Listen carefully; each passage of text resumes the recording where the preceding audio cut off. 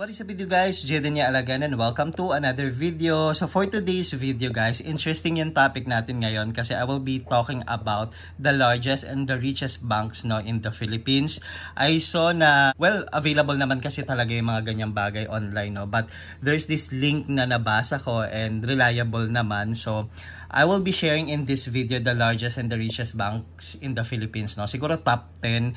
And feeling ko this might be very helpful and informative as well para sa bawat isa sa atin. Kasi syempre when we open an account naman, gusto nating siguraduhin na, alam mo yon, malabong mag-bankrupt ang bangko na to. Kasi syempre tayo rin naman yung maapektuhan as depositors kapag nag-bankrupt, or kapag nalugi ang isang kumpanya or isang bangko nga.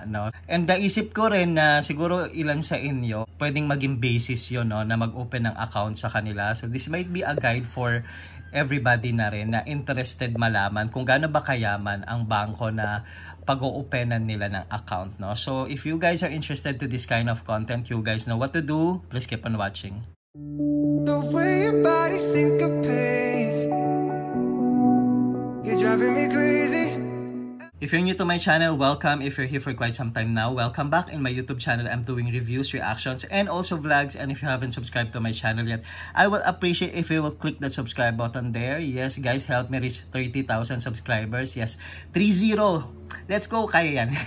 Start tayo sa number 10, guys. Parang 10, 9, 8, 7, 6, 5, 4, 3, 2, 1. Ganun na lang yung gawin nating ranking, So, una, for the number 10, wala ako nito, pero Development Bank of the Philippines, DBP. Nakikita naman natin to, hindi siya ganun kasikat as compared to the rest of the banks na kasama sa top 10. Pero alam ko naman, mayaman naman yan. Yung asset nila is actually 1 trillion. Yes, we're talking here about trillion, not just million, billion, trillion. So yung pinaka-asset nila is 1 trillion, And when it comes kasi to assets, kasama na dyan yung, syempre yung mga depositors nila and all that, even yung income nila, basta general na yan, diba? So with DBP, yan yung pinaka-asset nila, 1 trillion, which is parang ang hirap kasi makahanap ng DBP, lalo sa kung nakatira ka sa Manila. But yan, number 10 yung DBP, Development Bank of the Philippines. Yung number 9 naman, 1.2 trillion yung kanilang asset. PNB, eto namang PNB, medyo marami naman ito sa Philippines. Sa Metro Manila rin, medyo marami naman. Pero hindi pa rin ako nagkakaroon ng chance na makapag-open sa PNB. Meron nga comment sa ilang mga videos ko about banks na try ko raw mag-open sa PNB para ma-review ko raw, pero siguro kapag may chance gagawin ko siya. Pero yan, number 9 etong PNB. Wala akong masyadong ma-share sa number 10 tsaka sa number 9 kasi wala talaga akong first hand experience sa dalawang to, But with the DBP, 1 trillion yung asset niya, with the PNB naman 1.2 trillion. Tapos ito, magkakalapit na to, itong 9876, magkakalapit lang yung asset nila. Kasi si number 8, 1.3 trillion. O diba, 1.2 kasi si PNB. Si Union Bank, 1.3 trillion. So, Union Bank naman, nakailang gamit na ako kay Union Bank. I think ito si Union Bank, I can really recommend it. Maganda yung app niya. Ang ganda in a way na ang bilis mag-reflect ng mga transactions mo. Kasi dati hindi ganyan yung mga bangko Parang kay Union Bank, sa credit card lalo sa credit card. Kasi kay credit card, parang after 24 hours pa bago mag-reflect yung mga transactions mo. But with Union Bank, na-experience ko talaga, literal na live, kapag transact mo, makikita mo agad sa app yung pinagamitan mo ng card, diba? So, maganda siya. Marirecommend ko rin to si Union Bank, guys. Tingnan mo, nasa top 10 largest and richest bank siya in the Philippines. Number 8 si Union Bank. And yung sumunod sa kanya, Security Bank, 1.4 trillion. O, diba magkakatabi sila, 1.2 si PNB, 1.3 si Union Bank, 1.4 naman si Security Bank. Si Security Bank, I can recommend it naman. I have an account with them. Nung panahon ko, kung hindi ako nagkakamali, hindi, nung medyo bata-bata pa ako. I think estudyante pa ako. Pero parang ang naaalala ko nun, Security Bank at saka Metro Bank yung sikat. Hindi masyado si BDO. Kung di ako nagkakamali, si BDO parang sumikat na lang talaga siya ng husto nung nabili siya ng SM, Yung may-ari ng SM. Doon siya sobrang sumikat. Pero when I was younger nga, naalala ko Security Bank yung sikat tsaka Metro Bank. Correct me if I'm wrong, guys, pero if my memory serves me right, yun yung natatandaan ko. Kaya, syempre, iba rin ang kumpiyansa mo sa mga ganyan na bangko na matagal na at alam mong maganda talaga yung assets nila kasi talagang malaki sila tsaka mayaman sila, no?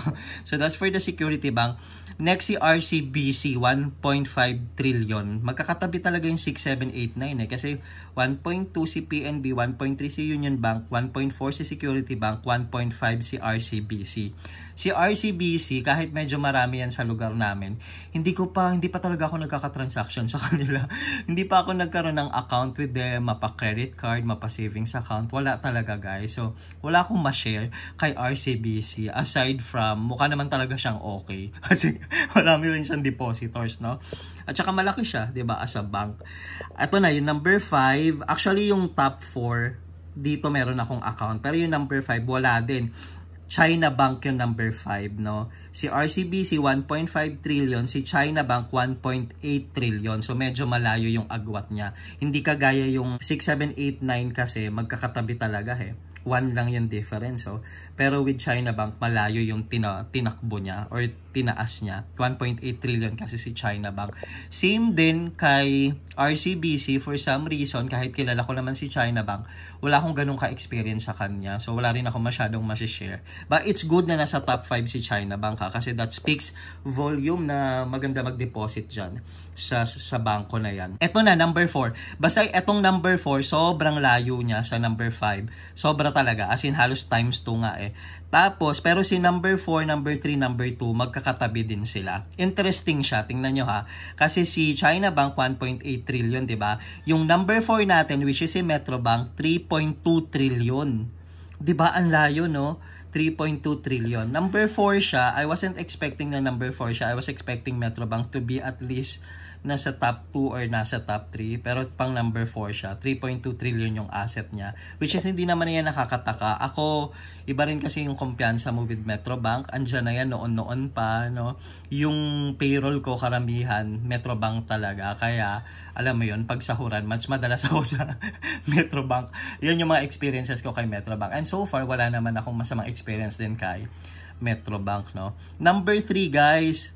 Ito, hindi naman ako nagtataka, no? 3.3 trillion. Magkatabi din sila ni Metrobank. Yung number 3 natin, BPI. I have an account with BPI at matagal na yung account ko sa kanila at hindi ko kino-close. Unlike, mamaya i-share ko sa inyo, yung pinaka number 1, no? Na-off kasi ako sa number 1. So, for a while, sinara ko talaga yung accounts ko with them, no? But BPI ranks 3rd. Ang kanyang asset ay 3.3 trillion. O, di ba magkatabi lang sila ni Metrobank? 3.2 lang si Metrobank Which is again, hindi nakakataka. BPI is one of my favorites talaga. I think rank number 1 yan sa akin. Lahat na ng mga aspect, si BPI talaga ang bias ko pagdating sa bangko. I don't know, pero siguro yun nga, sa dami ko ng bangko rin na nagkaroon from before pa. Si BPI talaga yung masasabi kong maayos yung experience ko. Generous rin kasi sila Ilang beses sila nagpadala ng credit card sa akin kasi maayos nga yung savings ko with them. Mga ganun ba? Madami. Kung gusto nyo malaman sa ilang mga videos ko in the past, nagawan ko naman na ng video. But number 3 si BPI with a 3.3 trillion. And number 2, Land Bank, 3.4 trillion. Syempre, hindi nakakataka naman. Ito yung sa government, diba? Philippine government. So, hindi naman nakakataka. Pero, I wasn't expecting Land Bank to rank 2nd, no? I was expecting Land Bank to rank 4th or 5th, to be honest. Parang iniisip ko ang number 2 is Metrobank, tas number 3 si BPI. Yan, tama yung ranking ni BPI for me Sa akin Ang nagkabaliktad lang si number 2 tsaka si number 4 because I was expecting Metrobank to rank 2nd and Land Bank to rank 4th, no? But that's not the case kasi 3.4 trillion ang asset ni Land Bank.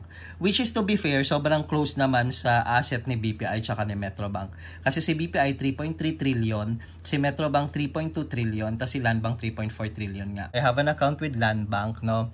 So far okay naman rin. Maganda rin naman yung ATM nila and all that. Yung kanilang bangko, minsan feeling ko sobrang 90s kasi parang, alam mo yun, yung mga signage nila doon, minsan parang nasa kariton pa, mga ganun. Like, with BDO tsaka BPI and Metrobank, sobrang high-tech na. With Land Bank, that's not the case Parang may mga kartolina pa nga sila doon and all that. Di ko alam, baka sa branch lang namin dito malapit sa Fairview, no? Anyways, Land Bank rank 2nd. And of course, BDO rank 1st naman, which is hindi naman nakakabigla yan. Syempre naman, sa laki ng BDO din, Kasi maganda na nung hinawakan ng SM talaga nag-grow din yung BDO. Ang kanyang asset in total ay 4.7 trillion, no, which is malayo na kay Land Bank, no. Again, si BDO yung sinasabi ko sa inyo kanina na I have an accounts with them. Actually, I have several accounts with them, no. But eventually, I decided to close them na lang kasi yun nga, hindi lang, meron na ako mga ilang hindi magandang experiences. Pero gumawa rin ako ng video that I might open again another account kasi nga, na-realize ko na kailangan ko pa rin talaga ng BDO account, no.